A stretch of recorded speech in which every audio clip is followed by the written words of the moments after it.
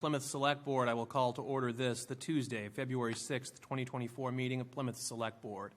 This is a meeting that is occurring in a hybrid format. We have members of the board that will be joining us in person. We may have members of the board that are joining us remotely via Zoom.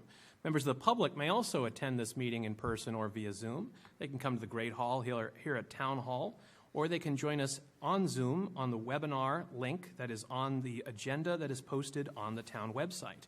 Members of the public may also view this meeting by tuning in to Comcast Channel 9 or Verizon Channel 47 or watching online at pactv.org. At this time, please join the board in a pledge of allegiance.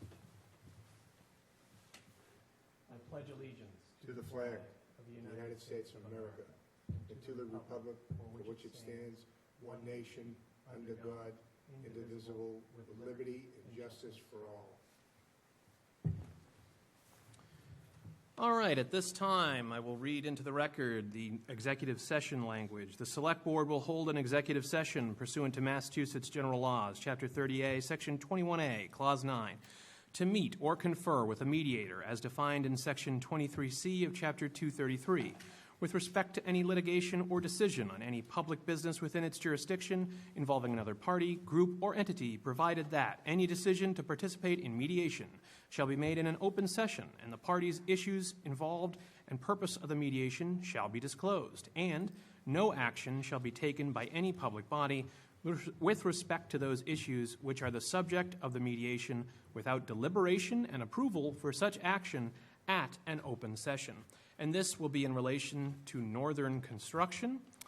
Do I have a motion to enter into executive session for this purpose? I'll make that motion. All right, Mr. Bletzer has moved. Second. Mr. Mahoney has seconded. Any discussion about whether or not the board should enter into executive session? Hearing and seeing none. Mr. Bletzer? Yes. Mr. Mahoney?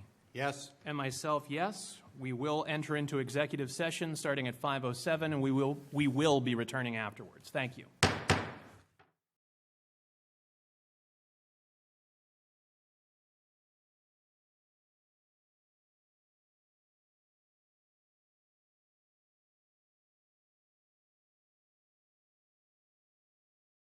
Welcome back to open session.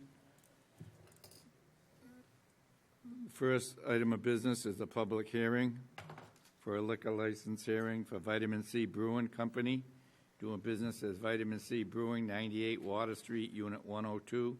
Richard DeBona, manager.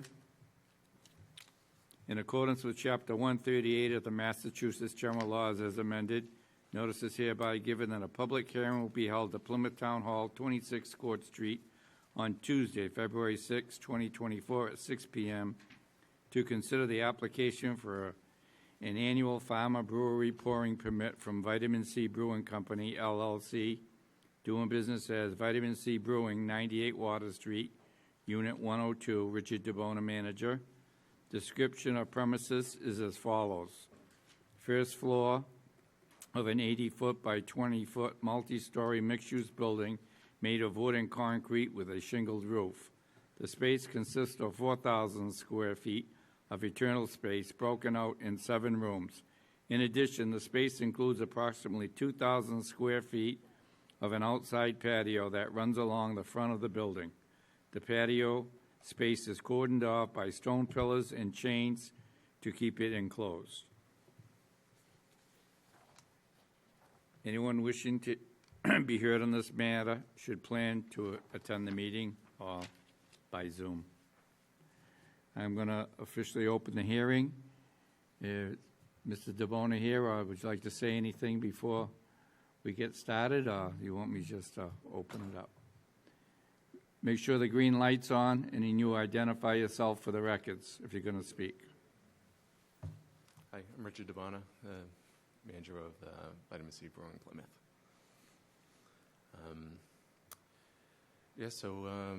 I think we have everything in order.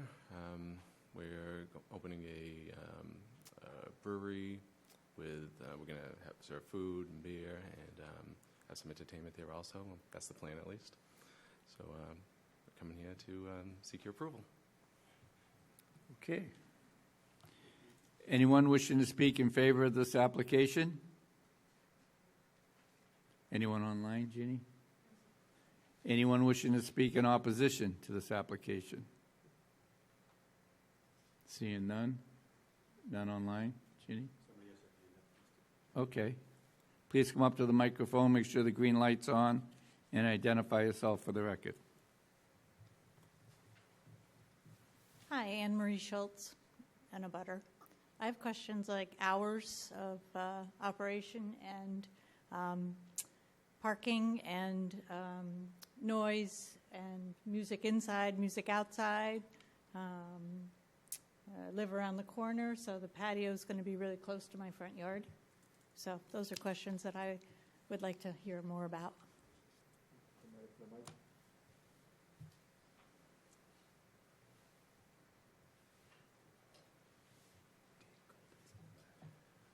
Dino Finari, also manager of Vitamin C Brewing as well. In regards to hours, we're planning on opening at 11 a.m. and our hours will close at 10 p.m. In regards to noise or music, the plan is to have piped-in music indoors, as well as the occasional acoustic music through entertainment licensed. The other questions, I'm sorry? So again, we'll be closing at 10 p.m. Parking is all off-site.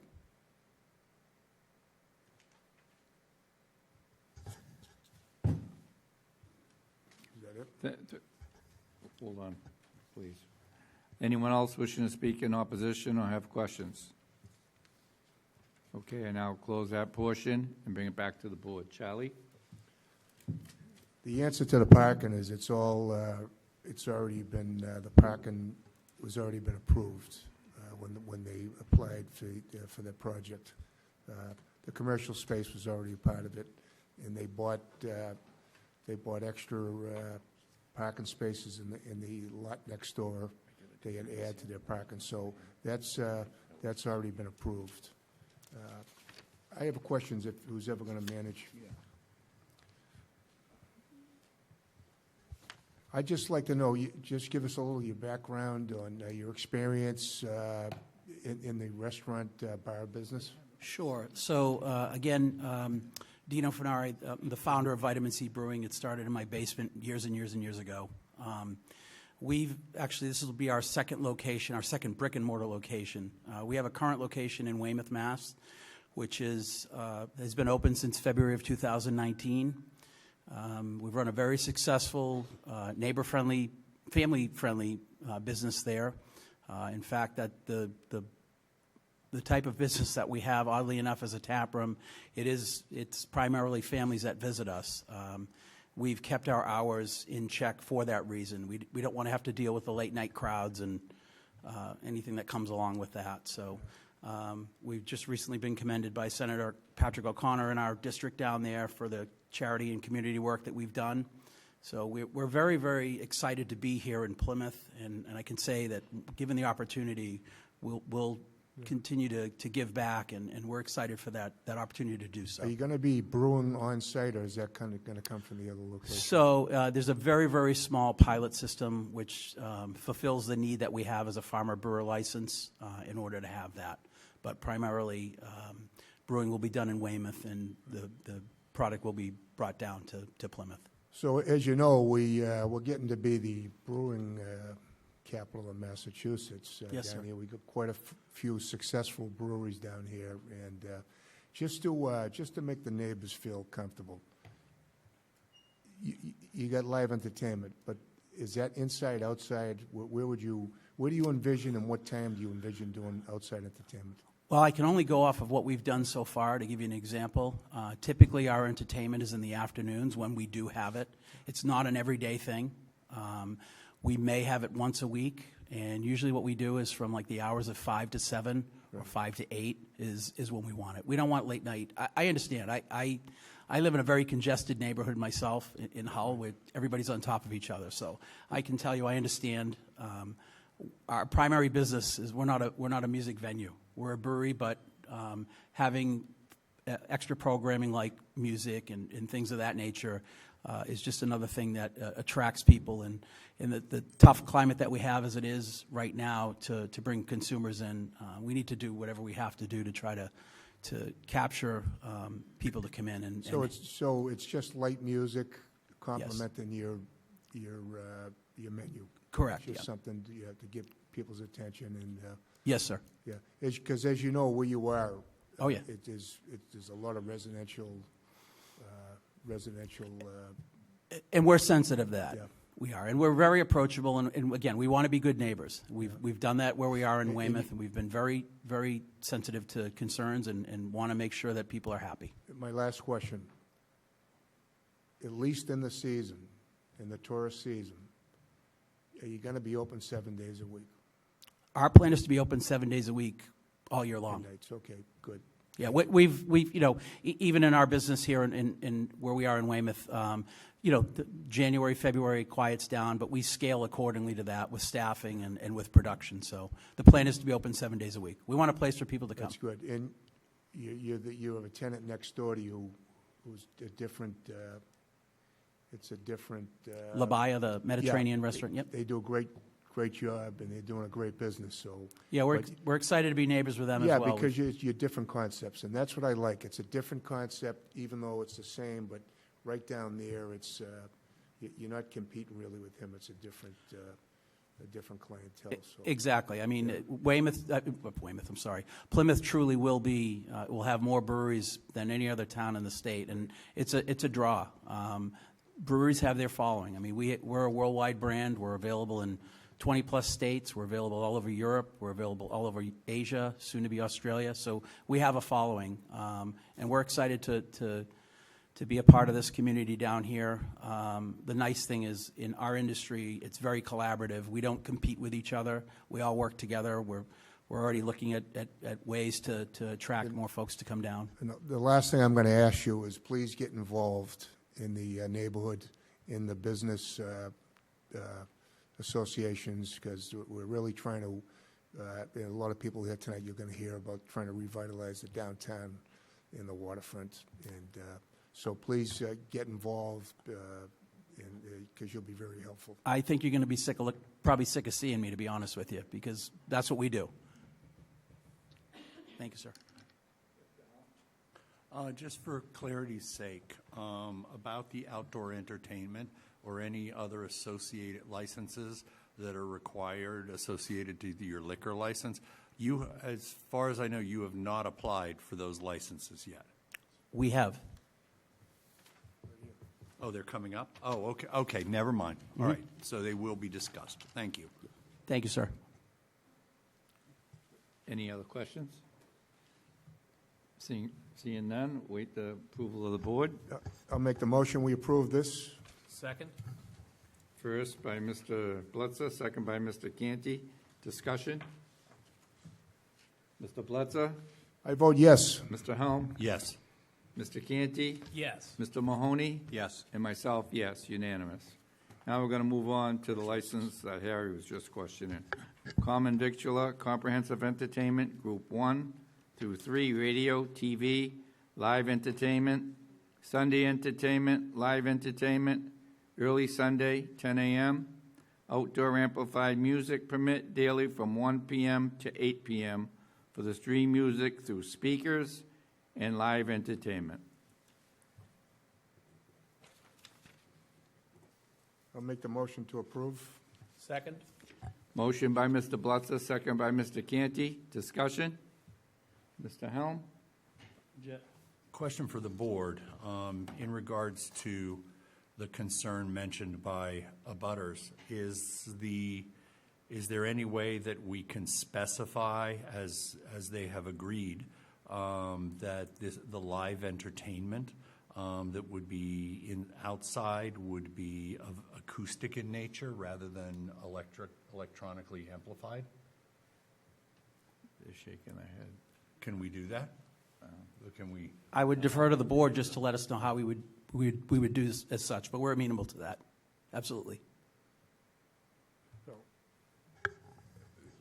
Yeah, you can do it, because sometimes the acoustic is amplified, so I don't know if you'd get technical. for the town manager, what would be, if I were to move to amend what we're discussing, what Yeah, would you be the could be language? very- So you could be more obviously, specific. Yeah, acoustic is amplified. Correct. Okay, electronically. I mean, we all know that, but how would we word this? For the live entertainment, Right. you would specifically state acoustic only, Okay, if that's what you're seeking. okay. Well, that's a first for me, but I just don't know if we can do it like that. And the chance that we can't, then we either approve it or not approve it, but if we approve it and there's an issue, which I was going to say when it was my turn, then we'll be right back here. And we'll be questioning you, and you'll have to give us some good, valid reasons as to why the neighbors are upset.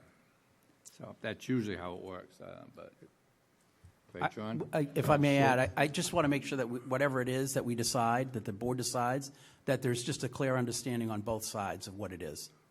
Well, right now, so it's clear on both sides, it's what you applied for. And like I said, if there's an issue, we'll be very clear, and you'll be very back here clear. All right? Fair enough, All fair right. enough. So in other words, to the chairman, my request to amend the motion, we are not going to do that. We're just going to say. Well, if I don't know if they- we can legally, so I believe the town manager said we could. You can put parameters around any one of these licenses. You can dictate the hours, the operating hours, when you well, expect them to I think open, it's when you till 8 expect them to PM, close. 1 to 8. No, right, but what I'm saying is that you can be more specific on the hours, on the types of entertainment that you will approve. So if the board desires, a majority board desires to have acoustic only, you could amend the request. You have the legal right to amend that request.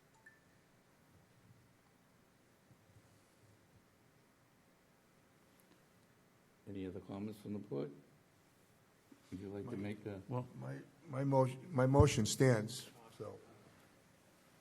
okay, I And move. there is a sorry, I'm not to cut you off, but there's a difference between acoustic and acoustic amplified. There's two separate distinctions there as well. So it could be acoustic amplified. That's right.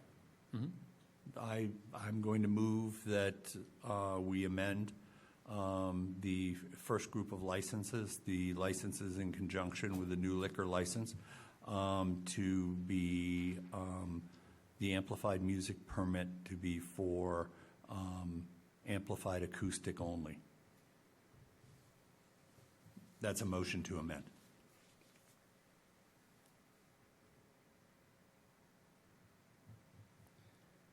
So we have Charlie's motion to approve the application. And we had a second by Mr. Kevin? I seconded Charlie. Great, okay. And you want to amend Charlie's motion? Yeah, I just, motion to amend, which would need, I believe would need a second to be voted on. I'm imagining. Do I have a second? Seeing none, goes back to Charlie's. Mr. Blitzer? I vote yes. Mr. Helm? No. Mr. Canty? Yes. Mr. Mahoney? Yes. And myself, yes, 4-1. That stands. Thank you.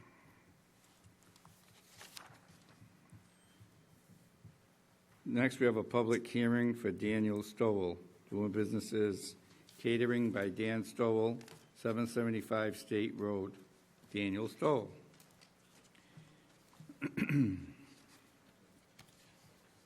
In accordance with Chapter 138 of the Massachusetts General Laws as amended, notice is hereby given that a public hearing will be held at Plymouth Town Hall, 26 Court Street on Tuesday, February 6, 2024, at 6:05 PM to consider the application for an annual all-alcohol restaurant license from Daniel Stoll, doing business as catering by Dan Stoll, 775 State Road, Daniel Stoll, manager. Description of the premises is as follows: open single-level dining room with breakfast, bar seating, 2 bathrooms and small kitchen, full basement for storage. Anyone wishing to be heard on this matter should plan to attend this meeting. I now open the meeting and bring it to Mr. Stoll. You're the applicant, correct? Yes. My name's Dan Stoll. I own Stoll's Cafe down in Manomet, and I am looking to renew my liquor license, which I had back in 2019, just beer and wine, but looking for a full liquor license this time over at my new location. Thank you. Anyone wishing to speak in favor of this application? Please identify yourself for the record and make sure the green light's on. Steve Lyden, I've been going to Stoll's Restaurant for years, when he was down at the other location, and now this new location. It's more of a family restaurant, and I would support this license. Thank you. Anyone else wishing to speak in support? Anyone online? Anyone wishing to speak in opposition? No one online? Okay, I now declare the hearing closed and bring it back to the board for their wishes. Move approval? I just have a couple questions. Dan, I just got a couple of questions. Yeah, of course. You got rid of it in 2019. Is that because of COVID? Beginning of COVID, yes. Yeah, okay. Yeah, I didn't want to spend the money on Right, renewing a license. It I really get it, wasn't I get it. quite profitable at the old location that I was So at. the new location, is there a bar in there, or are you planning on putting a bar in, or is it just the seating and? I'd like to do a bar, 6 seats is all that I can really accommodate. But you're looking, this is basically to complement your food. Yeah, you're not yeah, looking more than to- anything. I have a lot of requests. What hours are you gonna run in this? Because I know you're open for breakfast. Yeah, That's we what do it's- breakfast, your lunch, huge dinner. breakfast. Close on Mondays. Sundays, we close at 1. It's breakfast only. So Tuesday through Saturday, we're open until 8. Till 8, I'd okay, like to see yeah. Fridays and Saturdays open till 9 with the approval of the license. Right. That's a long day, so, Goes with with the the breakfast, business. when you add breakfast in, but, yeah. Okay, no, I have no problem, but thanks. I'll move approval, Mr. Chairman. Motion by Mr. Mahoney, second by Mr. Blesser. Discussion. Seeing none. Mr. Mahoney? Yes. Mr. Canty? Yes. Mr. Helm? Abstain. Mr. Blitzer? I vote yes. And I vote yes. 4 and 1 abstention. Thank you. Good luck. Good luck. All right.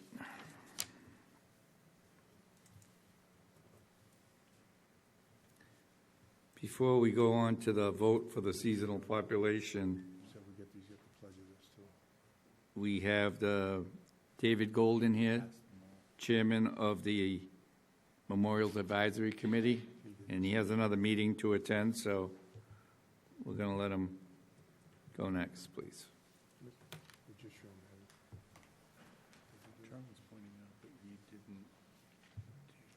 Thank you, Mr. Chairman. Dave Golden, Chairman of the Memorials Advisory Committee. I'm here to present to you folks some additional changes to our Memorial Advisory Policy. This stems from a conversation that I had with the town manager about additional groups that are coming before the town requesting memorials in various locations across our community. Previously, our policy really focused on individuals, and so in talking with Derek, we thought it was appropriate at this time to expand the scope of the committee. I won't read this line by line, but I'll give you some highlights. So at the top of this newly amended policy, I've added the ability to commemorate sites of historical or cultural significance in the community, as well as groups. I've clarified that we're an advisory body to you folks. You recently expanded our committee from 3 to 5, so I had that reflected here in our policy. And then going down to the eligibility requirements for the various types of applications that we can have. The first is the commemoration of sites. Now, we've had a couple of applications come before us that we've recommended to you folks that have commemorated sites. One such example is Camp Denon. We recommended that for approval by your board. So we're really just sort of memorializing what we were already doing in practice. So in here, we're saying that sites have to have a significant historical or cultural impact on the town. I pulled this language from the World Heritage Foundation, so I thought it was pretty good, and I think it reflects what we're already doing. I've clarified that individual honorees should have a record of community service here in Plymouth. And then lastly, I've added that group honorees are permitted and that such groups would need to have a considerable positive impact on Plymouth, either through notoriety or through service to the community. I provided this in full in your packets. I'm happy to take any questions that you folks might have, but really I think what I wanted to impress upon you is that these changes are really just memorializing what we are already doing on the committee. So we're expanding our scope to meet the work that we're already completing. I did put this in front of the Memorials Advisory Committee tonight, and they voted unanimously in favor of it. We had one member absent, so there were 4 of us who voted in favor. Thank you, Mr. Golden. Any questions or comments, Mr. Golden? Mr. Canty? Just thank you, Mr. Golden, for presenting the updated policies to us. I know it's a relatively new committee. We've already seen some of your work product come before us. I know that the individuals that have so far been honored and the future ones in the near future as well, I'm sure, appreciate the work that you're doing to vet these. I know that it can probably be a little dicey at times, analyzing whether someone's application to memorialize somebody is worthy of action or not, but we think it's a valuable tool for the community, and we thank you for doing it. So thank you, David. Thank you. Any other questions? Just one Comment? question. When will you be ready? You're meeting next week, or I know you got a few things coming. Yeah, so we just met tonight and we reviewed the only 2 remaining outstanding applications that we have. So the committee meets based on the volume of applications that come in. If we have additional applications come through, we'll address them as quickly as possible. Our next meeting is not scheduled because we have got no applications to review at this point. It's a very important committee, so anyway, thanks, David. Thank you. Any other questions or comments?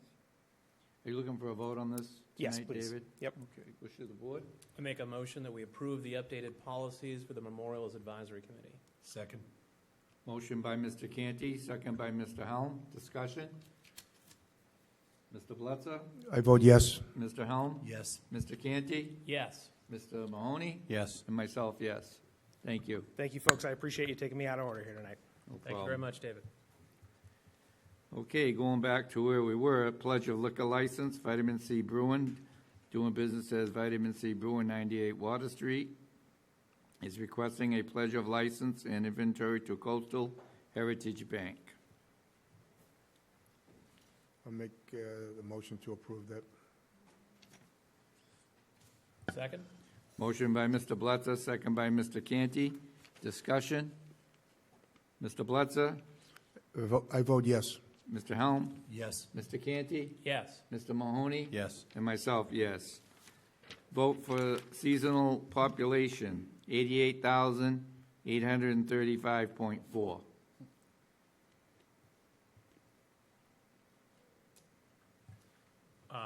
I'm curious about the 0.4 of a person there, but nevertheless, I'll make a motion that we approve. Second. Motion by Mr. Canty, second by Mr. Mahoney. Discussion. Mr. Blitzer? I vote yes. Mr. Helm? Yes. Mr. Canty? Yes. Mr. Mahoney? Yes. And myself, yes. There were originally 2 administrative notes. We're going to pull administrative note number 2. So looking for approval, or what's your recommendation for number 1 on the admin notes? I would make a motion that we approve admin note number 1, Mr. Chairman. Second. First by Mr. Canty, second by Mr. Helm. Discussion? Seeing none. Mr. Blitzer? I vote yes. Mr. Helm? Yes. Mr. Canty? Yes. Mr. Mahoney? And myself, yes. 5, unanimous. Moving on to outdoor dining. There may be several or more speakers. It's going to be about 3 minutes apiece. And we're going to start with, where is he? Mr. Vale. Oh, yeah, okay, I'm sorry. Brad, I'm sorry. Rick, go ahead, Brad. Hey, do you want me to present first? Sure, I wasn't looking up there. Nope, you're good. Jenny, do you have the slide up? Yes, it is up, Brad. Okay, perfect. So we'll go over quickly just the history of outdoor dining. Yes. So on 6/8 of 2020, the governor allows outdoor dining with relaxed zoning and alcohol restrictions. And then in September of 20, the governor allows local option to extend outdoor dining beyond November 1st, 2020. And it will term 60 days past the end of the state of emergency or an earlier date a city or town establishes or declares. On 5/28/21, the governor declared the state of emergency over as of June 15th, 2021, which was the start of that 60-day clock. Now, that's just in general terms of where the state stood on outdoor dining. What Plymouth decided to do was Plymouth officials had restaurants file for an alteration of premises, which is reapproved via license agreement with the select board annually and sent to the ABCC. So we, in a roundabout way, did not have to follow these specific guidelines that were put out by the state because we filed for an alteration of premises that, again, is reapproved each year via license agreement with the select board. Next slide, Judy. Outdoor dining details. Fee for 2023 season was $2,000 for existing parklet users and $2,500 for new, and it both included flowers. The main factor of this was the offset of funds between what the cost was and the money paid was from the use of ARPA funds, which was expiring, which was highlighted last year. Some restaurants use sidewalk areas for seating beyond the parklet, which was approved in the license agreement. And looking back at the packets last year, if you guys had that, a few of the restaurants did put that forward that you approved. The cap on the number of added seats per restaurant is 29 due to plumbing code. So no matter what the board decides, that is a number that we cannot go above. And the outdoor dining guidelines were enforced by inspectional services. Next slide. Cost of outdoor dining per parklet with and without flowers for the 2024 season. So this is just to recap all of the costs that go into setting these up, the cost of materials, and really the flowers. If we were to maintain the exact process that we followed last year with the flowers being the town's purchase. So for a renewal, if you follow along, the facilities and highway total cost is just over $2,700. When you add in the flowers, which were just over $2,200 last year, I put a small escalator on there estimating that they were $2,300. That brings the total to $5,000, just over $5,000, again for a renewal. If you look at a new parklet, the facilities cost almost goes up by $2,000, and that's just due to the material as well as the customization for creating the initial parklet. So the cost of that is right around $5,000 without flowers and right above $7,200 with flowers. And again, that's not to say that that is our recommendation, but that is what the true costs are of all of the labor, time, and material that goes into all of these. And then next slide, please. And then these are the board options that we'd like for discussion for the 2024 season. So the first option is to stop outdoor dining by not entering into annual license agreements. The second option is to continue outdoor dining as prior seasons at a set rate for new and existing parklet users, including an option for sidewalk tables. So the parklet price would include sidewalk seats, but again, the cap would still be 29 no matter what setup you had. And we also recommended a cap on the total number of sidewalk seats or tables. And for example, we use 3 tables of 4 seats each. Again, just because you don't want to congest the sidewalk areas in certain areas. And that would be, again, reviewed. All of these are reviewed by inspectional services. Option 3 would be to allow outdoor dining in parklets only and no sidewalk tables.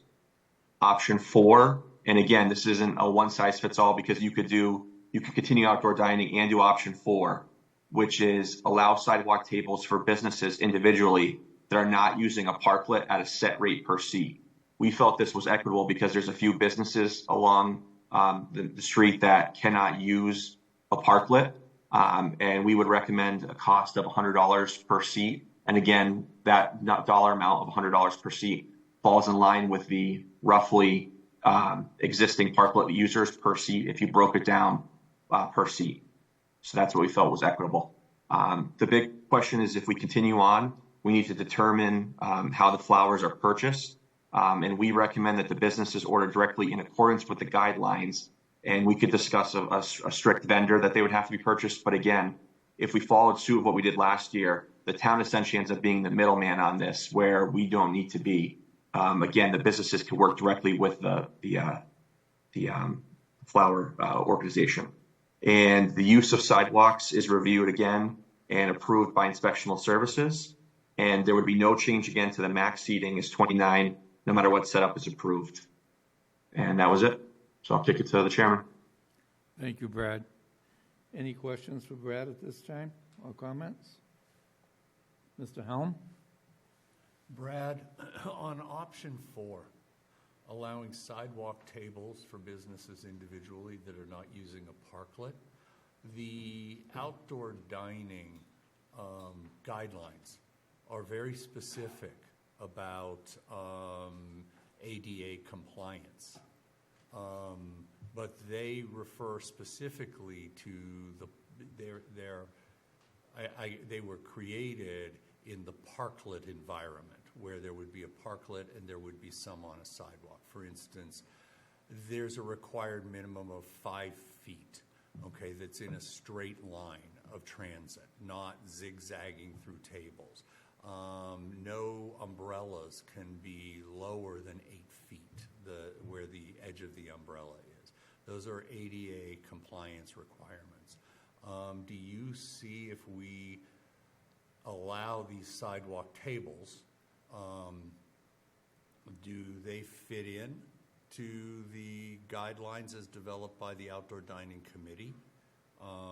Or is there another set of guidelines specifically for them that would be needed?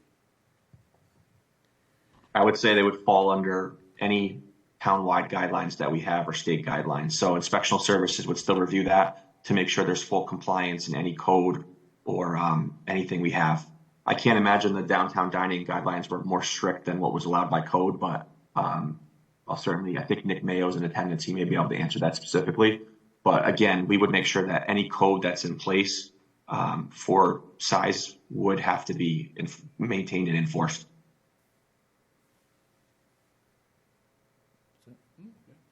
Any questions or comments from board members? Seeing none, I'm going to... I'll have some after. I want to hear from public first. Thank you. Mr. Vale? Sorry about that. I'm not used to... You've told me to sit down before, so it's not a first. Rick Veo and Meg Ryko, a local developer, along with the Plymouth General Store. So I'll say right up front, I'm not here as someone who actually, at this point, has used a parklet, although I may be this year. I haven't decided yet, but I have not used it. And I'm going to try to stick to the 3 minutes, but bear with me. So you've heard me up here talk about a lot of big economic things in town, revitalizing the downtown, renovating historic buildings, bringing housing back to downtown, affordable housing, expanding our oyster aquaculture community to put Plymouth on every menu in the country. A lot of big picture ideas, right, that I still very much am behind and promote and focus on. But to make all those big picture ideas happen, and certainly not just me, I'm saying the community as a whole, there's a lot of little cogs that go in to keep that whole machine running, and not the least of which is outdoor dining. Now, it just so happened out of a pandemic, this became a thing. But it was actually a great thing. It's probably one of the few good things that happened out of the pandemic that brought outdoor dining to Plymouth. The first year, it was a bit of a train wreck. We looked like a bit of a carnival, and it is what it is. We had to get it going. Businesses need help. But thanks to Mr. Helm and all the people on the Outdoor Dining Committee, we, I think, pulled off outdoor dining better than anyone else that I know of in the state.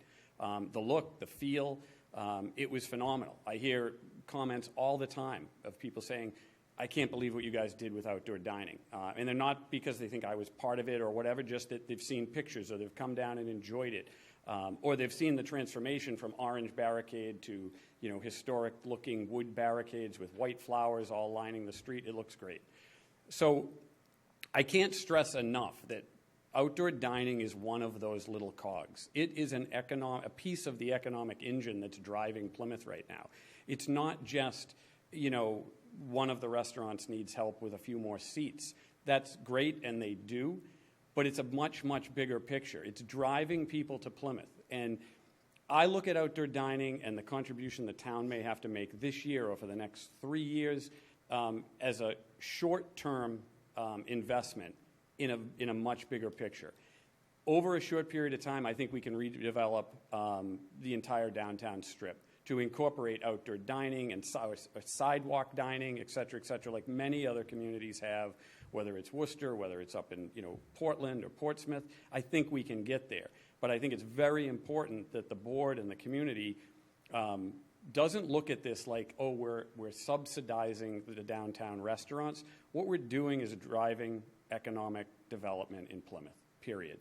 It's very important. I think the delta between what the businesses contribute and what the actual cost is peanuts. It's a rounding error in a $300 million budget. And I get it. There's probably a lot of rounding errors that we could spend money on. But again, this is a major piece in it. It drives people down here. And it's not just driving people down here to say, oh, Plymouth is a great restaurant destination. It's when the couple comes down and one of the spouses that hadn't been down here says, wow, I'd like to move my office down here, or I wouldn't mind relocating down here. Plymouth is fantastic.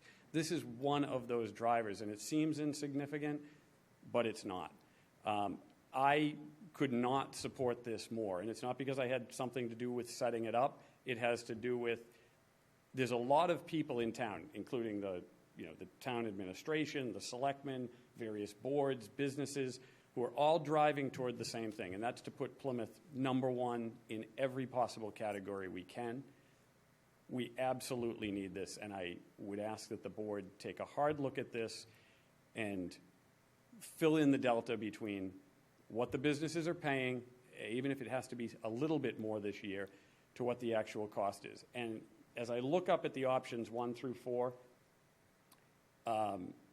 please do not consider the idea of doing the flowers individually. There's a reason we did it that way in the beginning. It was because it needed to look uniform, and quite frankly, it came out looking kick-ass. If we go another way, it's not going to look that way. We can get rid of the town watering them, and pruning them, which we did the first year, let the businesses do that, but it needs to look uniform. I'm a little concerned about number 4 because it eliminates the protection. The parklet acted as protection to the tables that are in the parklet, but it also acts as protection to the tables that are on the sidewalk. So I think that has to be thought through if you can't provide another form of protection for those tables other than a 6-inch curb. I don't know if that's a great idea unless the tables can be along the building, which then it's not an issue. As for the rules, those guidelines, I wrote most of them. They were very stringent. They were designed to make sure that people were locked down to what they could do. I don't believe the handicapped is 5 feet. I think it's more like 3 or 3.5 feet or 42 inches. We put 5 feet in because we wanted a thoroughfare going through there. We didn't want it to zigzag, again, as Mr. Helm said. The 8-foot umbrella height, that, again, wasn't an ADA. That was something we put in to make sure it would be dialed in and done correctly. We also put in things about color of umbrellas, I believe, and lighting, and et cetera, to really make this something the town can be proud of. So I'm hoping the board will support this. I think it's a big piece of what everyone in this town does to drive Plymouth forward. And again, I think it only has to be for a few years, and then we can make this stand on its own. Thank you. Anyone else wishing to speak? Mr. Muratori?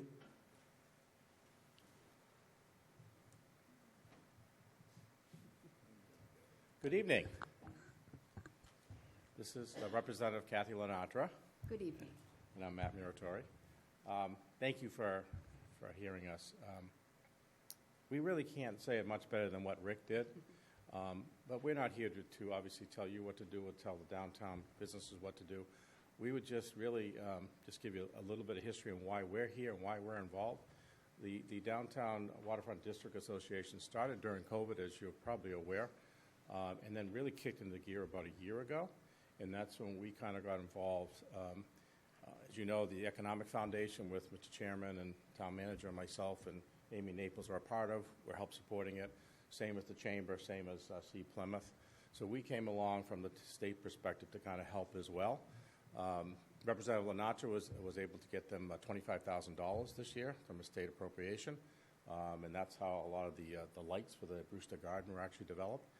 The governor's, one of the governor's goals in this administration is really to do what Rick actually talked about, trying to help downtown to make it more viable. And not that we don't have one here, but can it be better? Absolutely. And we would ask that, number one, just don't do that. Don't stop it. Try to work with, a compromise with the downtown group and the select board and the town administration. We've talked to the downtown group because we meet with them on a monthly basis. And, there's some growing pains there, but they're working through that. But it is such a great economic driver, as Rick said, but it's also great for tourism as well. And we think it will be a setback for tourism if that actually does end. So we hope that there could be a compromise worked out with everyone involved to continue to run. Great. Mr. Veo and Matt said it perfectly, right? But we all know the vitality of the downtown in the summer. It is just a hub of fun, really, and it looked so beautiful. It would be a shame to lose that. We were able to get an earmark, $25,000 for the downtown waterfront district, and the governor is really putting a lot into our downtowns, and I think there will be more money coming forward. So that's really it. I think it's just a wonderful, wonderful thing, and I would like to see it continue. Thank you. Mr. Chairman, Thank you. can I speak? Questions? Do we have some money coming? Well, with the budget, the governor put out the budget, so then you know how that process goes. If we can put some money in for earmarks, then we'll see. For the downtown, yeah. For the outdoor dining. The downtown waterfront district, yeah. Oh, I misunderstood then, okay. So there's an initiative with the governor to look at downtowns and help downtowns. There's nothing specific. Because it would solve a lot of problems tonight. Yeah, but correct, and that's something that we will work for to see what's in the budget. We're actually doing the House Ways and Means budget. We start tomorrow. We're both on the committee, so we'll be looking at that over time. So we'll see what the July budget actually looks like, and see what's really in there for the downtowns to help them out. But nothing specific for Plymouth is in there, just to be clear. Sorry. Did you want to say something, Jim? Yes, Rep. Muratori. Specifically, Mahoney. Specifically, what is this This $25,000 is coming into this community. It already came. Okay. In the past.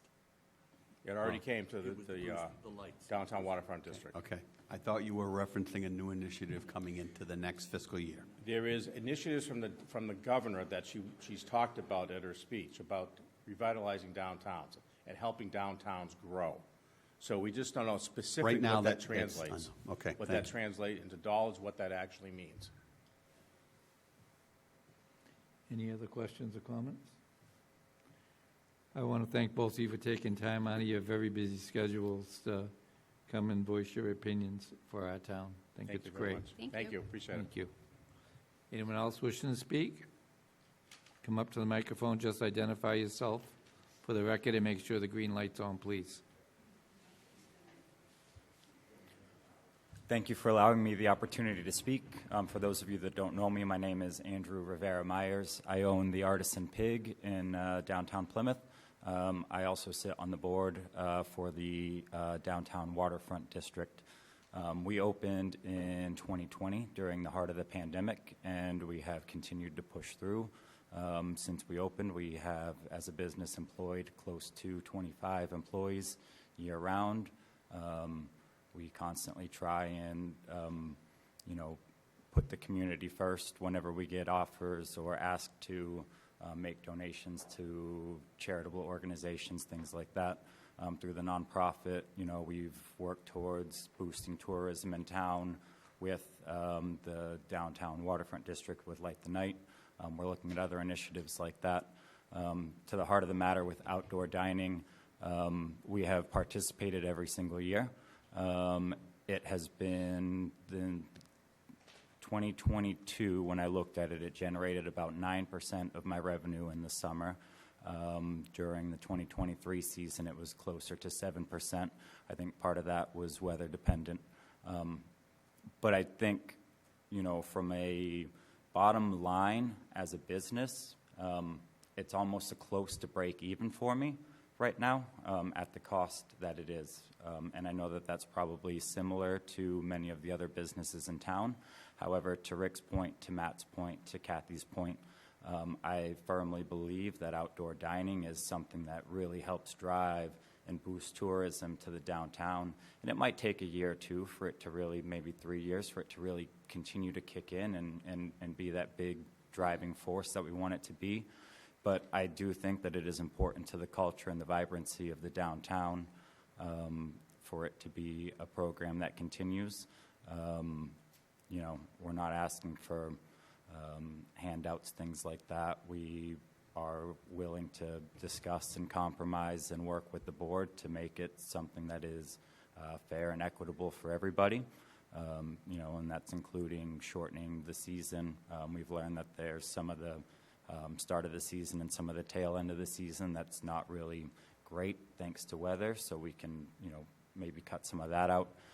With regards to the flowers, we have reached out to the Plymouth Sheriff's Department. I think they do the flowers down on Obery Street, to get quotes from them to see how we can come up with something that's hopefully not cost prohibitive, that we can do that is something that's going to last, it's going to look good, and something that we can work with to try and help compromise with the board.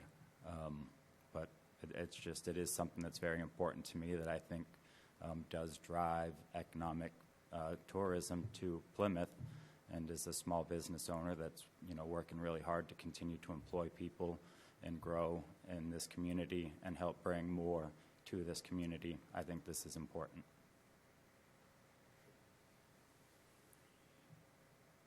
Anyone else wishing to speak? Ms. Filson? Hello, everyone. I'm Lee Filson, President and CEO of Sea Plymouth, and also a resident of Plymouth, and also a big fan of outdoor dining, personally. I also have a statement here from Stephen Cole, our economic development person here in town, as well as from Park Plymouth. Stephen asked me to pass on that Portsmouth has 23,000 residents and 30,000 restaurant seats, while Plymouth is 3 times the population and less than half the number of seats available with restaurants. Outdoor dining doesn't add nearly enough seats to compete with peer tourism destinations, but we will never be able to compete if our public policy is focused on taking seats away. Park Plymouth asked me to pass on that we're only talking about 19 parking places, and Park Plymouth supports outdoor dining. And they are answering the fact that some people are saying that we're losing money from the parking, but they're saying that while money is lost as a parking place, you will likely make more money in tourism taxes from those who would be seated there. So there's still money coming in either way. Now from tourism and from me, it has been a huge advantage on our part to add this. We get constant comments from visitors stopping in, et cetera, about how much they love the outdoor dining. We also get a lot of letters, et cetera, from people in the New England area. And we've had comments from people such as, this is greater than Newport. It's smaller and it's more enjoyable and not as many people. They love the vibe and the ambiance that it creates. There's more room for tables. There's for customers and increased revenue for our business community. And that, of course, really does help our merchants and our restaurateurs. It's a free ad for Plymouth, for the town of Plymouth. Every time somebody goes through and sees the beautiful parklets with the flowers, et cetera, it works out in a very positive way for us. Safer post-COVID environment with better ventilation. There's job creation there, increased footfall for neighboring shops, and tourists are drawn to areas with outdoor dining scenes. Last, I would say that outdoor dining is more than just tables and chairs placed on a pavement. It is an economic powerhouse. It plays a role in the economic force that is influencing job creation, stimulating tourism, and encouraging our development, thus making Plymouth and cities more vibrant and alive. And I hope that I do hope that we can meet in the middle. And if the restaurateurs can't quite meet a larger amount, I hope that the town will understand that it is economic development and will help us to continue what we worked so hard to build tourism-wise and still make our guests feel very welcome. Thank you. Thank you.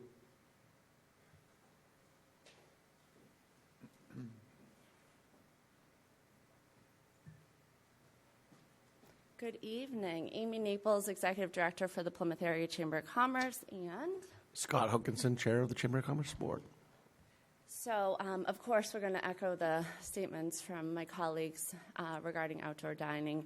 And as probably the biggest small business cheerleaders in this town, we hope that you will support continuing outdoor dining and working with the businesses really to come up with something in between. I will tell you and remind you that we have 3 new waterfront businesses downtown on the waterfront. And these downtown businesses, they feel it in the, in the summer months, and they're going to be competing with 3 additional businesses. And I think it's just so important to remember that they are struggling to stay open, seasonally. It is so important for them to utilize that space. And what we've created has been amazing. I think the flowers, everything looks beautiful. It creates a really cool vibe. I hear it all the time. I will also say that we've received a ton of phone calls this past week since the DWD had put it out on Facebook and Instagram, letting people know. And we've gotten calls from all over, neighboring towns saying, I really hope that you're going to be supporting the businesses and continuing the outdoor dining. Scott, anything else? No, I just want to say thank you guys for the efforts, and I want to echo Rick's point on making sure that whatever we do with the flowers, they stay consistent. I think the consistency of the look is paramount to the whole vibe. And 3 years ago, almost to the day, I moved within walking distance of downtown, and the person that uses downtown the most is my 14-year-old son, who bikes down there every day in the summer with his friends. Now he's not going to Malbar, for dinner, but the fact that it's a vibrant place full of a lot of activity is part of what brings him down there as well. So I really appreciate it, guys. Thank you so much. Thank you. Thank you. Anyone else? We'll take one more.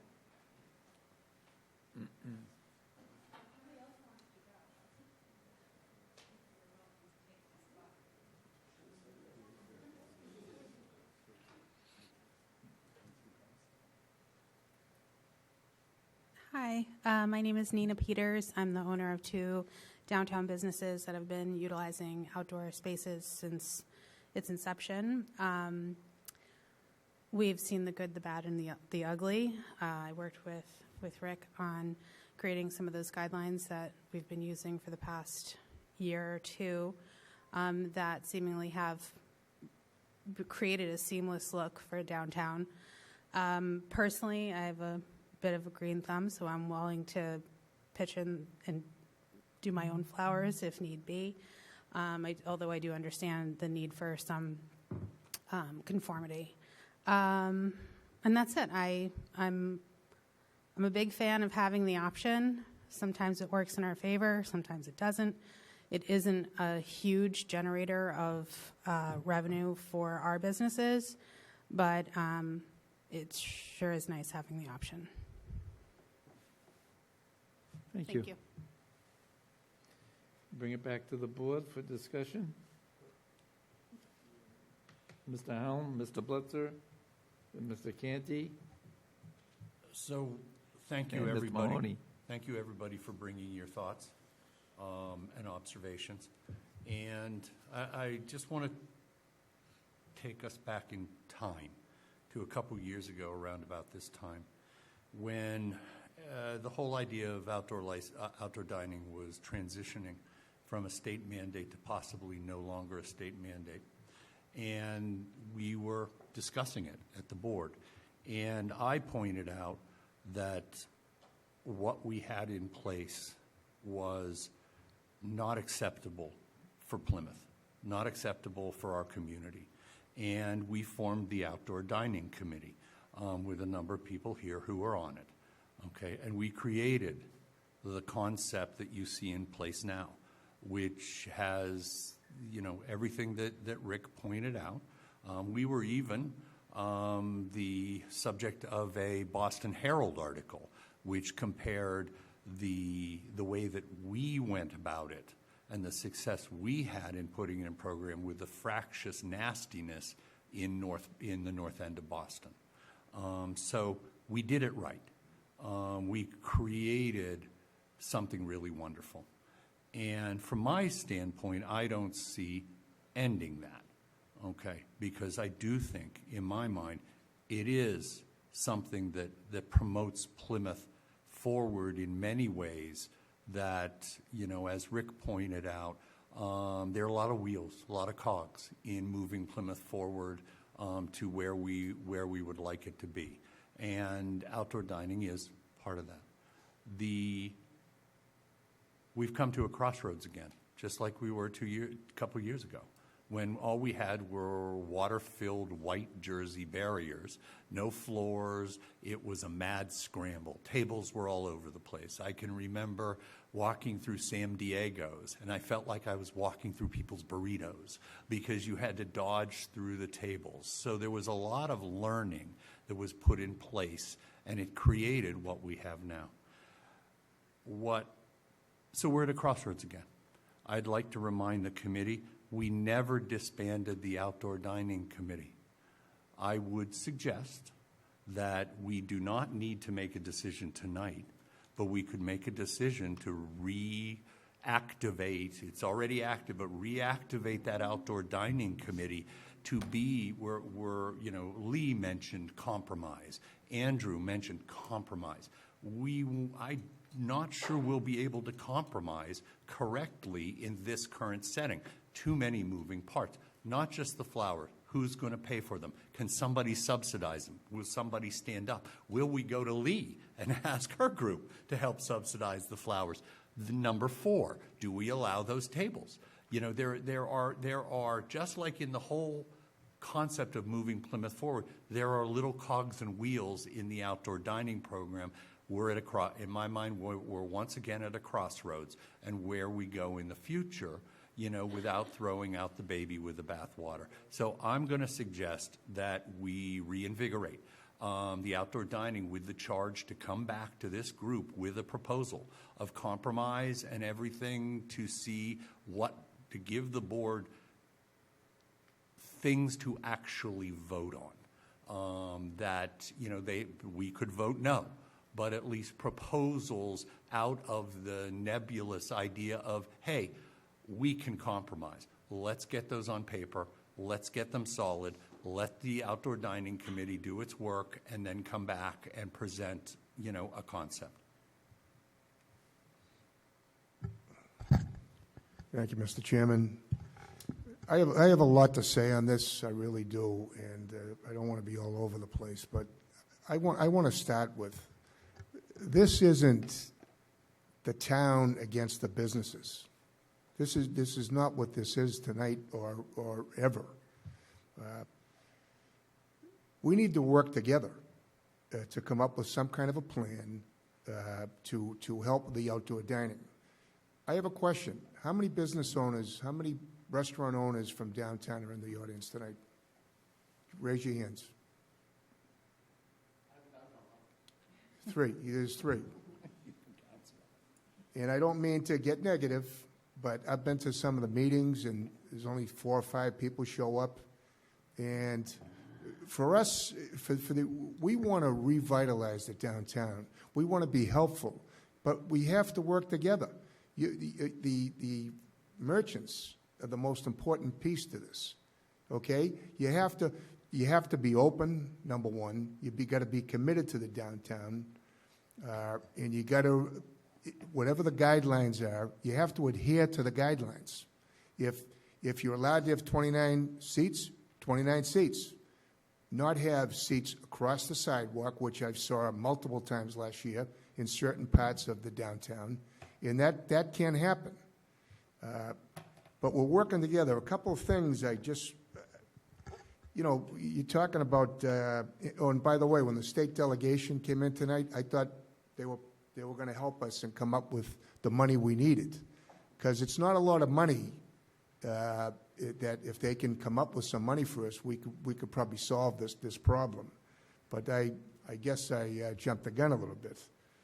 But to compare Portsmouth to Plymouth, you can't do it. We have 106 square miles of residence. No, I didn't. 106 square miles, so there's a difference. They have 23,000 residents. We have 65,000, and they have more seats in their downtown than we do. But you can't compare that. In the waterfront, if you talk to the businesses in the waterfront, and there's certain businesses that tell you that they're dead. It's a ghost town down there for most of the waterfront.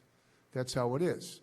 So the downtown Plymouth should be an economic generator for Plymouth. And I know when we hired our new town manager at the time, he spoke about revitalizing the downtown. That's one of the things he wants to do. In the board, we want to do the same thing. We want to do anything we can to help you. Unfortunately, this year, our budget has gone up, taxes have gone up, and things are very tight for the town. So, my question is we have to come up with the lowest costs for this program, and to see if you can work with the costs. And I was going to ask Brad Brothers, who's up there, can you, with these options here, can you tell us what the bare minimum of costs to do this outdoor dining? In other words, can we take the labor, the DPW labor, can we take that out of the cost to the merchants? Can you tell me what that number would be if we did that?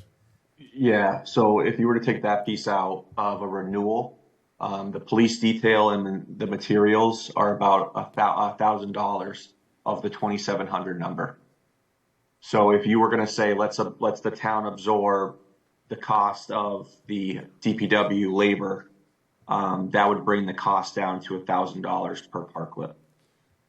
Okay. But again, that cost would be absorbed. It's in the budget, so it's not like that's not a true cost. It just is that wouldn't be passed on to the businesses. So that's a number, and then the flowers. Obviously, we want to be consistent, because that's my whole thing. Is the downtown? We want it to be consistent. We want it to be tasteful, appealing to people coming into our town.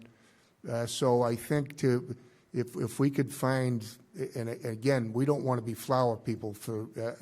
I know, Brad, you don't want to be the middleman for that, but if we no, could, and if I misstated that, I apologize. That was not my intention. That it's going to be a free for all down there. But what I really meant to say is that we're just the medium on this. That if you cut us out of it, the businesses could still go to one vendor, so it's consistent. It just is. I don't know why the town's chasing flowers, to be honest with you. Okay, no, I get it. So you hear where I'm coming from. I want to get the cost to the minimum and then throw it out to the businesses. Like I said, Harry, we're probably not going to vote in this tonight, but put it out to the businesses. Do you want outdoor dining? I just heard two people say it doesn't make money for them. And so I'm hearing mixed messages. Mixed messages. If it's not going to make you money, why would you do it? It doesn't make sense. And then we have Rick Feo has a great point, and I agree with you. We need you guys to revitalize our downtown. I want to see 7 days a week, restaurants open, shops open. I'd like to see at night when people get done dining, they can walk to downtown Plymouth and the shops will be open, just like you see in Provincetown, just like you see in Newport, just like you see in Portsmouth, Portland, all these towns that we want to be. But we're not going to be that until we work together. And Lee Filson will tell you, I've been telling her since I've known her that we have to do this. So, I'm all for helping the businesses. But the businesses got to help too. We got to work together in this. So let's come up with the plan that we can afford, everybody can afford, and let's do it. Thank you. Thank you, Mr. Chairman. So, Brad, could you reiterate what if the labor of town employees were taken out for a renewal, what the figure per, and not including the cost of flowers, what the cost would be to a business? Yep. Give me 1 second here. Okay. So if you were to take out the costs of facilities and highway, their labor costs, it would take out about $1,700 from the $2,700 cost. So it would leave you $1,000. Essentially, $1,000 represents the overtime police detail and $300 for replacement materials. Okay. And how many total parklets did we have last year? I believe 9, which took up 18 parking spots. And do we have an estimate as to how many, because obviously there could be new parklets are also considered. Do we have an idea of how many, if everybody wanted a parklet, how many parklets there are theoretical that we could be putting out?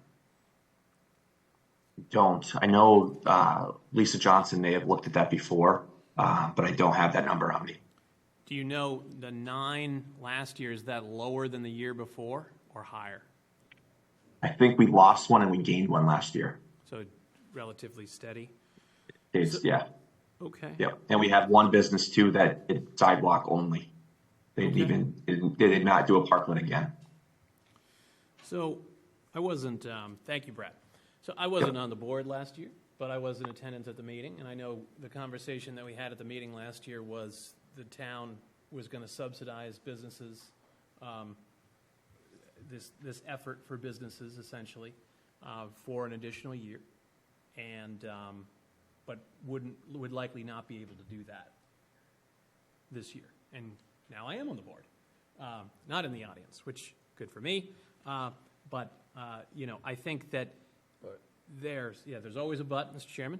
So my but would be I think I don't necessarily have a problem with the town contributing the labor minus the police detail component of it.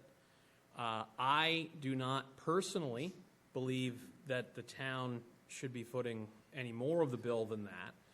I agree with the assistant town manager that the town shouldn't really be in the flower business. There's, I guess, some differing opinions on the usefulness of flowers. I mean, at the end of the day, we're talking about outdoor dining, so to me, you need a table, you need some chairs, and you need some structural protection. Flowers are sort of an extra. So I don't think we're going to be taking a vote on this tonight, but my opinion on this, as it stands, is if we were to charge for a renewal the $1,000 and come up with a plan for if we really want these flowers to be consistent, that all the people that get it will pool their resources together to acquire uniform flowers, then great. If we're willing to live with a few less flowers downtown and instead not have that be there and just have the fundamentals there, see how that works out.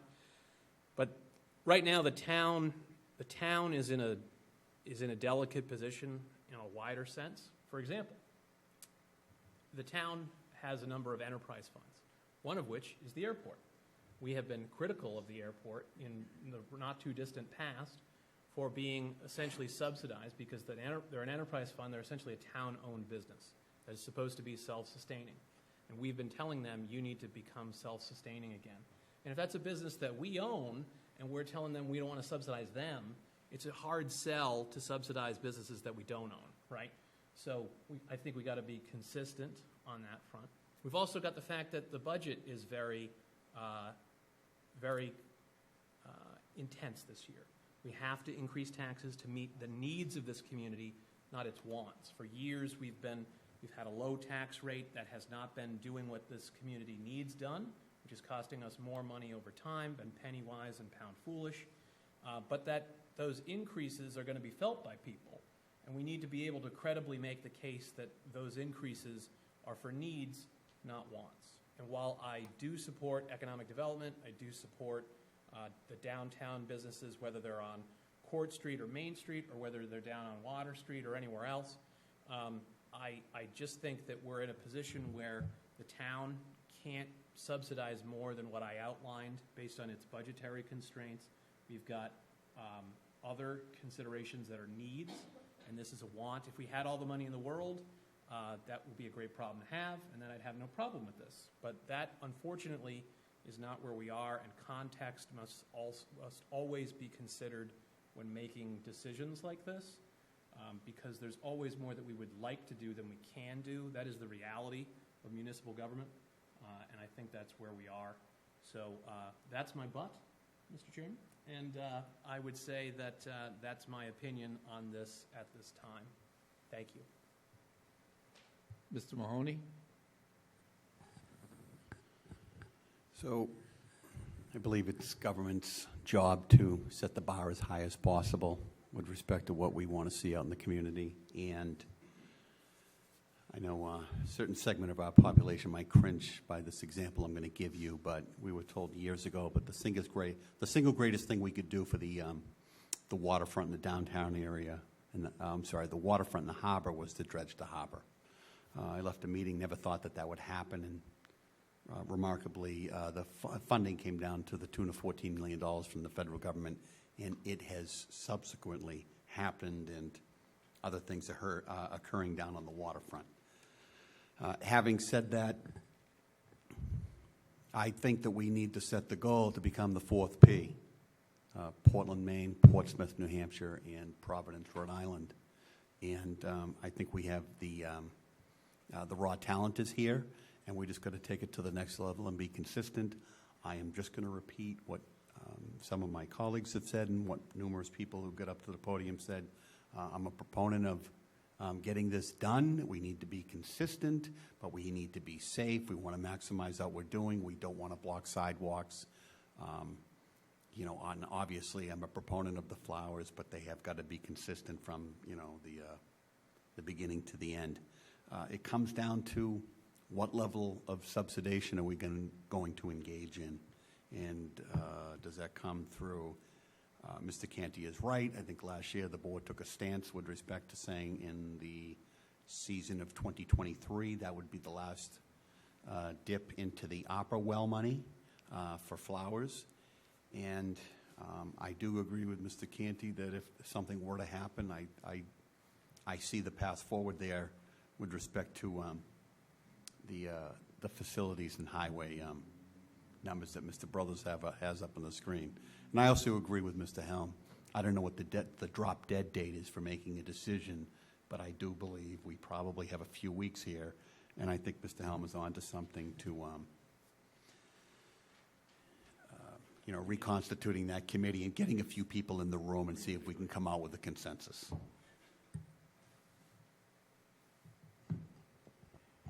Okay, I heard a lot of what everybody said.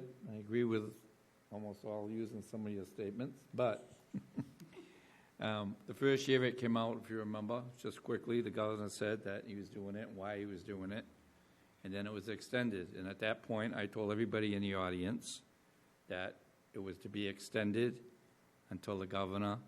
It was because of COVID.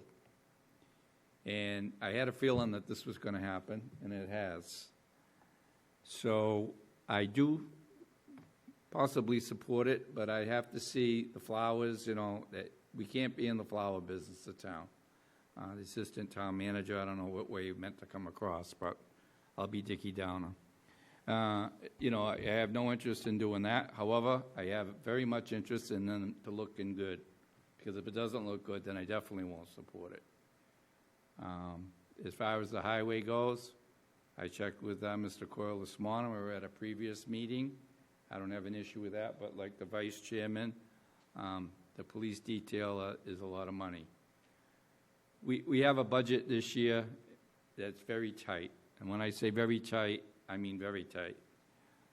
To the tone where some of the town manager's goals were eliminated. So it's not just we like to hear ourselves talk, but we have a big concern with that. My other big concern was insurance. If somebody was to get hurt in one of those parklets by a car for whatever reason, or a vehicle, and I was assured today that each business will put up a business certificate of insurance making the town, whatever that is. So that part of it's covered as my concern. That was my second biggest concern. So it saddens me that, let's take it for what it is. I hope I'm here next year. But I hope by the time we put this on the docket, we already have our committee meetings and we have all the suggestions so we don't keep dragging it. I mean, it's very frustrating sitting at this table for me. And maybe it's because I'm spoiled, if you will. I just get things done. At work, I get things done. And I like to see things done. I mean, this isn't rocket science. That's the cause. You already know everything you did last year. So I don't know why we have to extend it. But out of courtesy to the board, so be it. So am I correct in assuming that we're going to table this for a little bit? Or Derek, do you need any direction on this at all as far as the town goes? Well, yeah, I think that if the board wants to table it, we would want that. We probably would like to know our left and right limits. I mean, one thing we haven't talked about is the parklets are already designed. They've already been scribed. And like every other private institution, I would suggest one consideration is that they hire their own contractors to come in and set up and break them down. And so the only costs associated at this time would just be to hire a detail officer to close the road down. Again, we are wandering into the private sector by setting up, breaking down, being the middleman on flowers. And I get it; it was important during COVID, but at some point, the town has to focus on its core municipal services.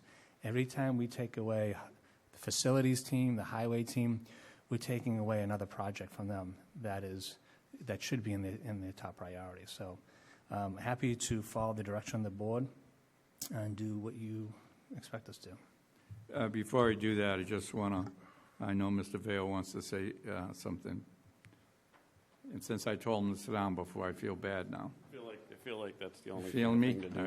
All right. I'll try to keep this brief. So with all due respect to the board and Mr. Helm in terms of delaying this, I don't want to see it delayed because I don't want to get into a situation like we were in before where we're scrambling to get this done. Businesses are scrambling with the ABC and Lisa's scrambling in the town manager's office to get this done because I know what she has to go through to make this happen.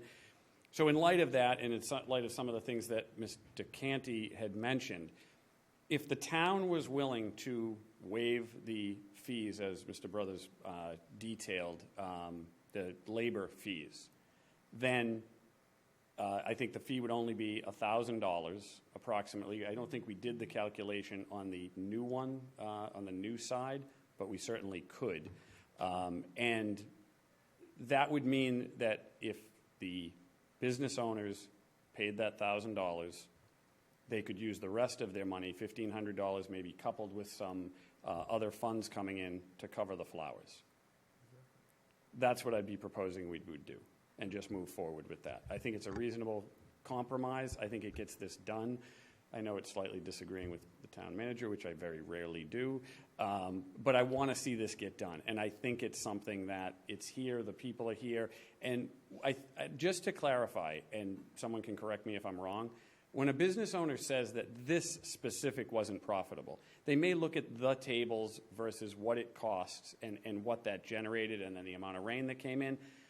But when they look at it in terms of what business it brought to them throughout the year, that 10 people, 20 people, 50 people that came and sat outside and happened to love the Tasty, and now are going there all year long. So there's very, very, I believe, few, if any, instances where it's actually not highly profitable in the long-term marketing of a business and of Plymouth. But I think that compromise can work. I spoke briefly with Andrew about that. I think the business owners would go for that. It would be $1,000 to the town. They would buy their own flowers. We would come up with a strategic way of doing that through one source that they would purchase them, come in and install them so that we don't have random business owners planting all down Main Street and Court Street. But I think that can work. I'd love to see this get voted on, and I think that's a compromise that hopefully everyone could live with. Mr. Blitzer. So it's good to see that great minds think alike, because that's exactly what I proposed when I was talking, is the cost, 1,000, and then the merchants pay for the flowers. So that's exactly, I'd be agreeable to that. I'm not sure how my board feels, but that would be agreeable to me. Mr. Chairman, if there's no other discussion, I'd be prepared to make a motion. It's up to you. I would. I'd just like to ask Derek his thoughts, if that's okay, before the Certainly. make a motion. Mr. Brandisi. Again, I think, my position has always been for the last 2 years that, we have to get back to business and focus on core municipal service, public safety, public health, public works. And the more we continue to offer these services to the private sector, the more we take away from those core services. We've talked dozens of times about the graffiti in our community. So every time you ask us to focus on the local businesses, we're not focusing on graffiti. We're not focusing on keeping our streets clean.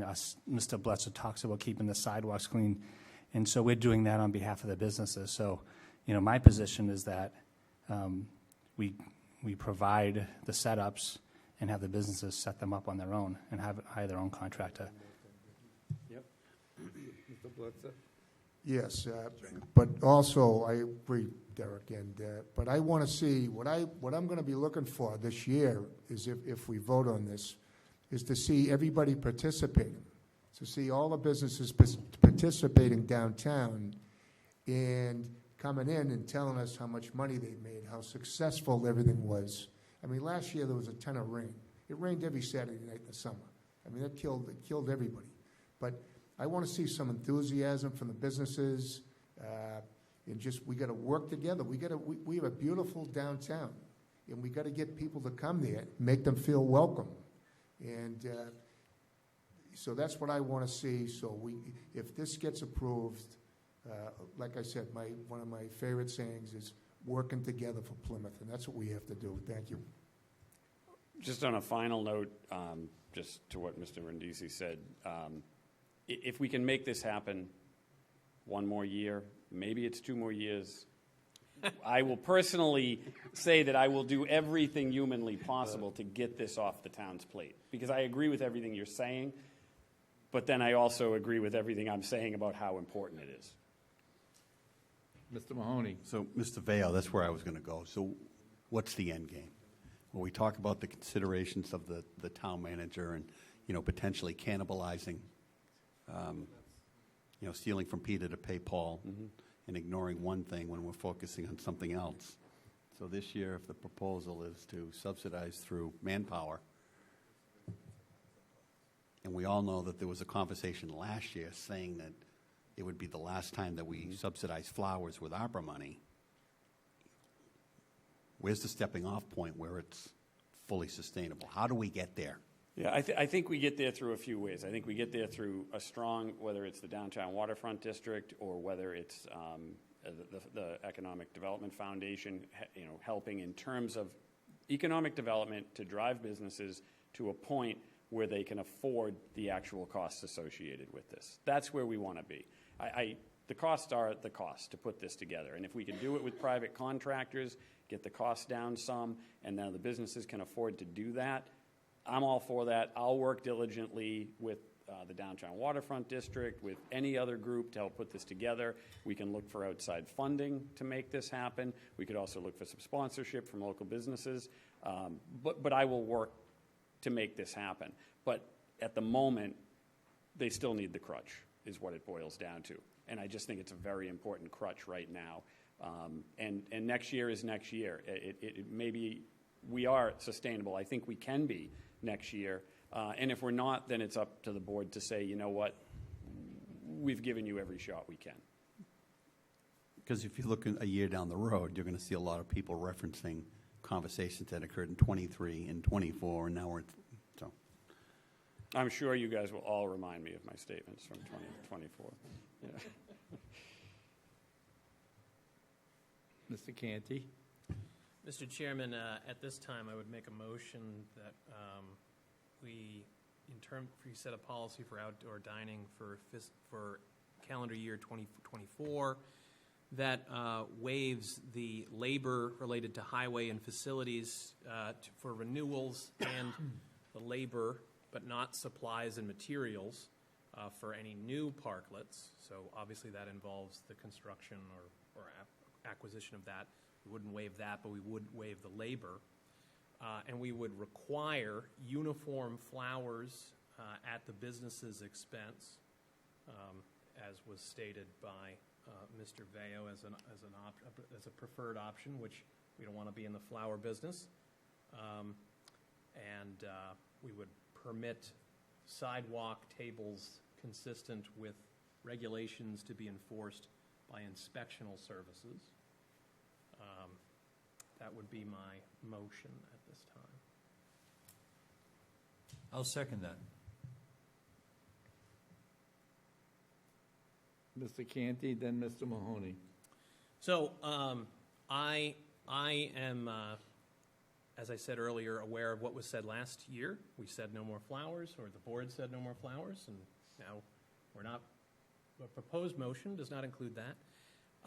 I also agree with the town manager that we need to focus on core municipal services, but I hear from businesses that it's something that they want, so I'm willing to meet them halfway on this. I would say next year maybe we could deliver the stuff to them at the same type of rate, and then they'll be responsible for them at that point. They'd have to take them down, they'd have to put them back up in the future years, so then we'd be regulating their use of the parklets. We might acquire for that, so that we're getting uniform parklets, new ones that we'd give to them as part of a new one. But that might be a way to offboard this so that we're getting back to core municipal services in the future, because I think this is the type of thing that it's going to be there's always going to be a desire to have it be somewhat subsidized, and I understand that. I think it does provide a benefit to the entire community, including the town, but at the end of the day, these are benefiting businesses, or they're not benefiting businesses, in which case you don't need to have one, I'm sure. But I think that's a reasonable offboarding step. Is this year we're passing the flowers on. Next year we'd give them to you, and then they're yours, and we would only be regulating their use. So that would be my thought process. But obviously we can revisit that next year. People disagree with that component.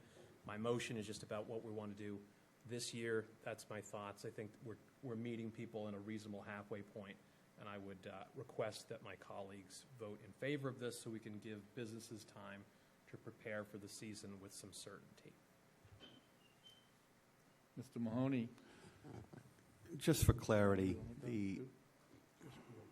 so the motion includes on the left side for the renewal a reduction of $1,740, correct? That would be correct. Okay. What's the reduction on the right side for the new? I don't know if Mr. Brothers has that. Yeah, Brad, give me did you one get second. that? I think it would be approximately the same. It's about, let's see here, 40. It's 1,000.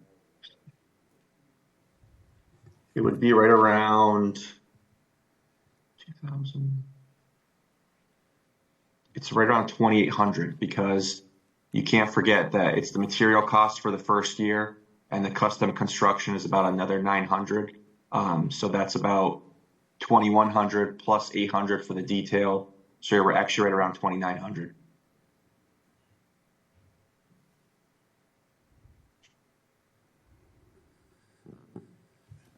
The reduction, or what we're still charging them, therefore the reduction would become about 2,000. No, we would still request for them, if all things are consistent, the material cost is about $1,200 for a new parklet. The custom construction for the initial parklet first year is about 900, so you're at 2,100 right there. And then if you add the police detail in, that is roughly right around 800. So you're right in the $2,900 ballpark for year one. So the reduction for the new one under this proposal would be $2,000, give or take. Okay, thank you. Yeah, so the correct, the license correct, yes. fee, the license fee for a renewal would be $1,000. The license fee for a new parklet would be $2,900. That's what Brad's proposing. Mr. Blitzer? Just real quick, this is probably for next year, to just give it to them and let them put them up and take them down, it won't be consistent. If you want to be consistent, and then they have to store them, they all have to go up at the same time, the same day or two, to be consistent, and so that probably won't work for next year. Just keep that in mind, but that's probably a conversation, Kevin, for next year. Anyway, I just want to keep that in mind. I look forward to having that with you, Charlie. Thank you. Any more discussion? All right, so it was motion by Mr. Canty, second by Mr. Helm? I got it. We're finished with discussion? Mr. Mahoney? Yes. Mr. Canty? Yes. Mr. Helm? Yes.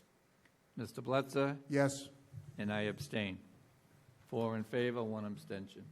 Mr. Brandisi? So now that you've finished that vote, I just want clarity on two different issues. One, I think the board should talk about the season. We received numerous complaints in the month of October. So remember, the season ended on November 1st. And as a person who lives downtown, I walked in, and clearly, I think November was too long. So I would propose that, and I think most of the restaurants would agree, that maybe October 1st should be the deadline. And so that's one thing I think I'd like the board to consider for tonight. And then just for clarity's sake, sidewalk dining, did you vote part of that motion, $100 per seat, sidewalk dining? Okay, I just want to be clear on that when we issue licenses. Mr. Canty? Yes, so the original motion included the $100 per seat and inspectional services regulation. Okay.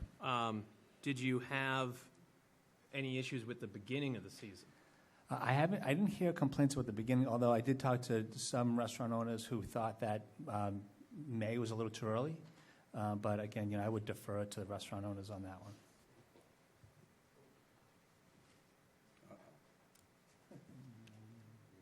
I just wanted to let you know from all of the stuff that we research about that, it could start Memorial Day. And then go through September because we have a lot of visitors in September. But we've got data to show you that would be a good decision. So. Yeah, I think as far as shortening the season goes, both on the front end and the tail end, as we noticed, April, I think, is when we started last year. April was very slow. It's still cold. It's still hard. Middle of May through Columbus Day weekend or so is probably good. I don't think we need to push it past that, and I don't think we need to really start much earlier than middle of May. I didn't mention this earlier. I know Kathleen and Matt mentioned the $25,000 that did come to the downtown waterfront district. We're happy to look at that money to help offset that cost of the flowers as well, to help with the businesses. And lastly, I'm happy to work with Rick, work with the committee for the outdoor dining committee on how do we offload this from the town next year. So that way when it comes January, February next year, we're not scrambling to do this. We already have a plan in place moving forward for us. So I'm happy to contribute my time to that. I'll give you 2 words, state delegation.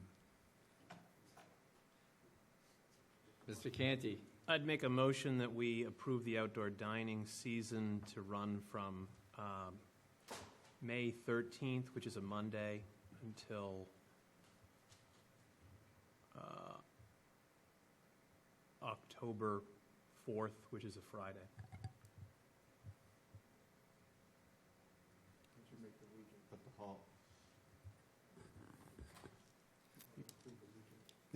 That major holiday weekend in October is 10 days after that.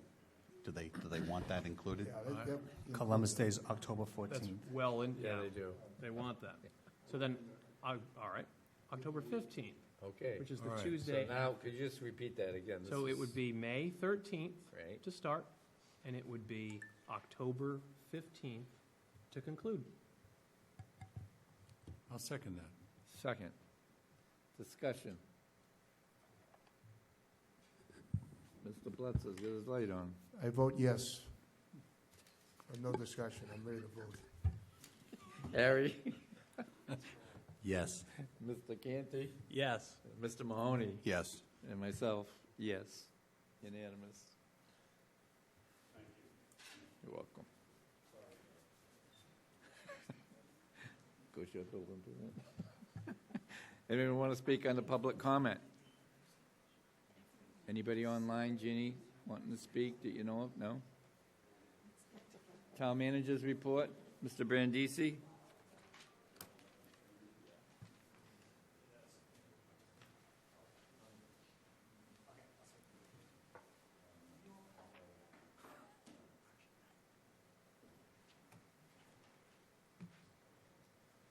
Okay, Ginny, can you cue up the video?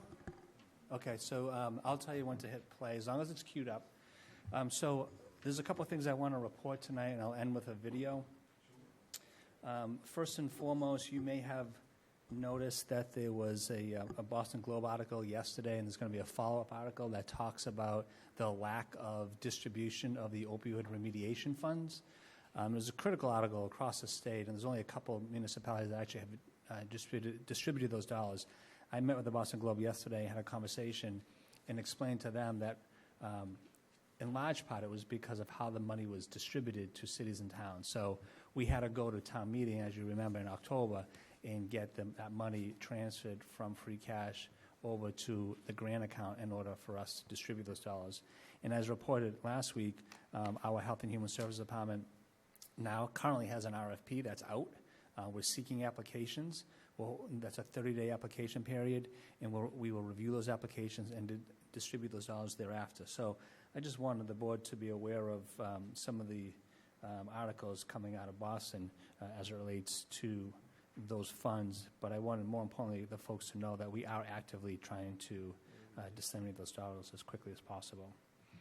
Just a couple other quick updates.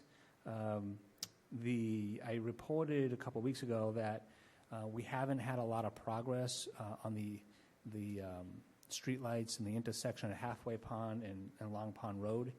Primarily, it was because we weren't getting active participation from the abutters. So we were in the process of preparing a warrant article for October so that we could do temporary land takings in order to complete that project. But I was informed today by the DPW director that once that information became public, that we want to take the land through town meeting in October. We are actively now sitting down negotiating a way so that we can make that happen. So we will keep the board posted on that one. I know a lot of folks in the community keep asking about that intersection, so we'll try to keep everybody apprised.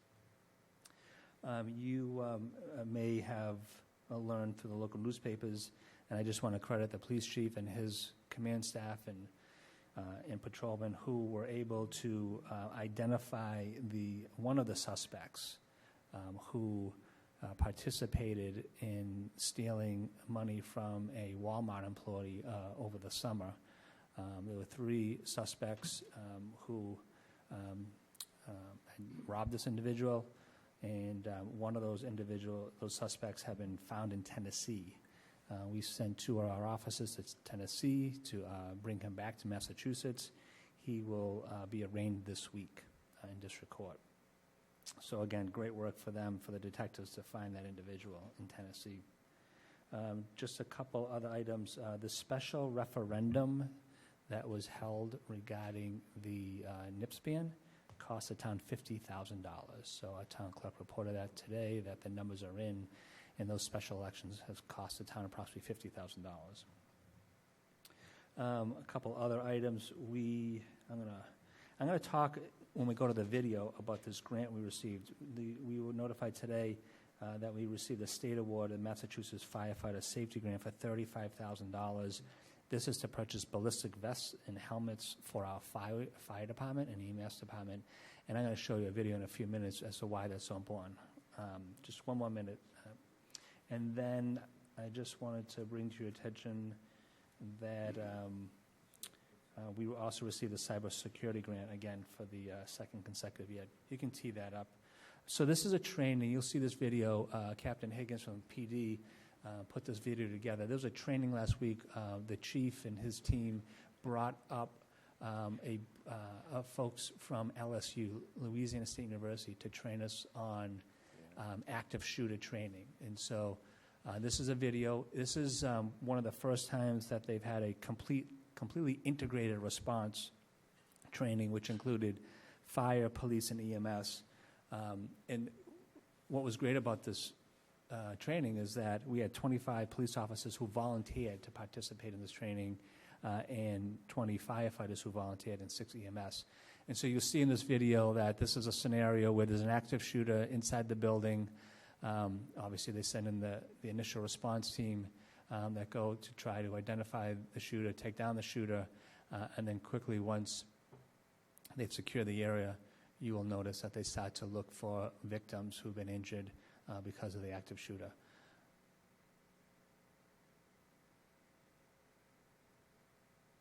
So this training took place at the Plymouth County Sheriff's Department.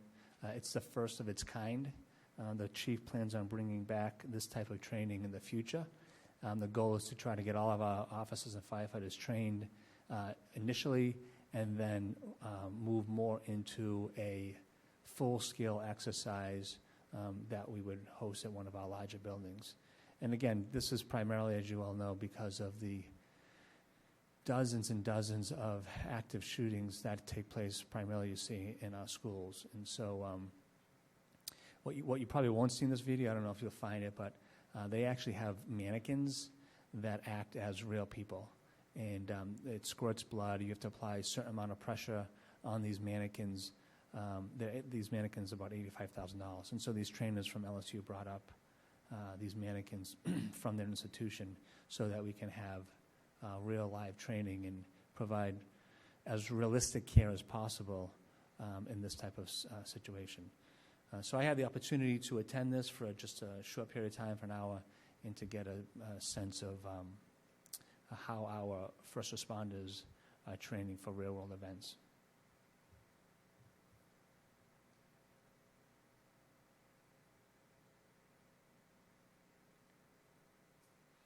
So again, this is just this is when they bring in the EMS and the fire team to extract folks from the building. So there's only about a minute left in this video, but pending any questions, that's all I have this evening.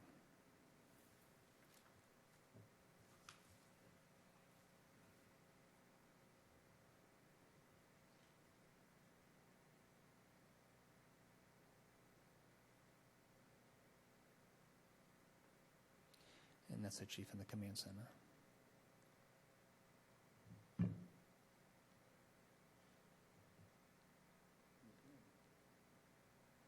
I think that's it, Jenny. Thank you.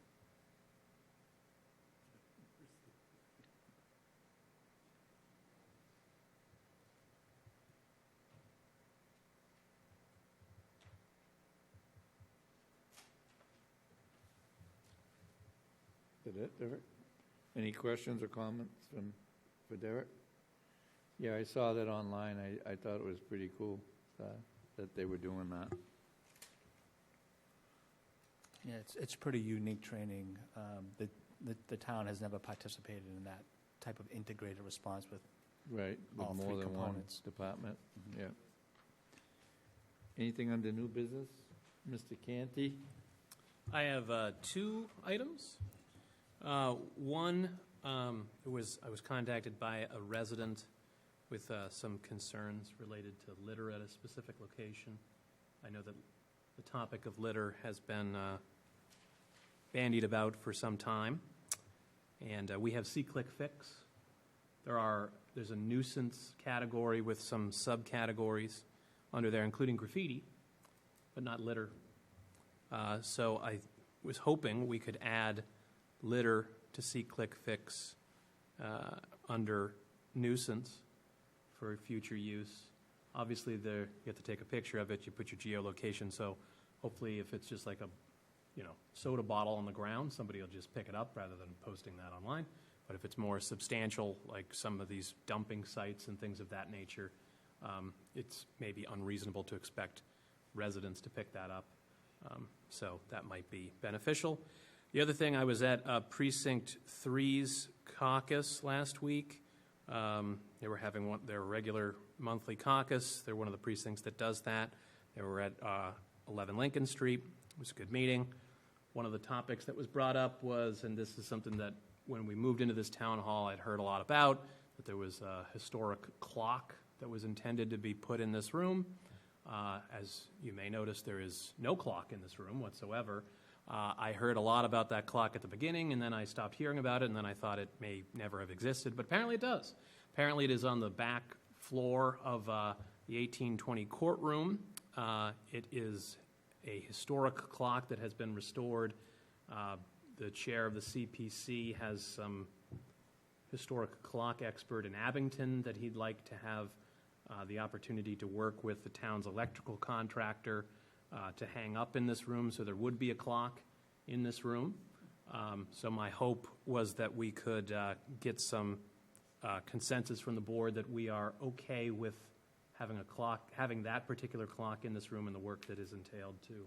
I think because they just need electrical hookup to the wall for it to function. So that's it. That's all I got. Okay. Motion to adjourn?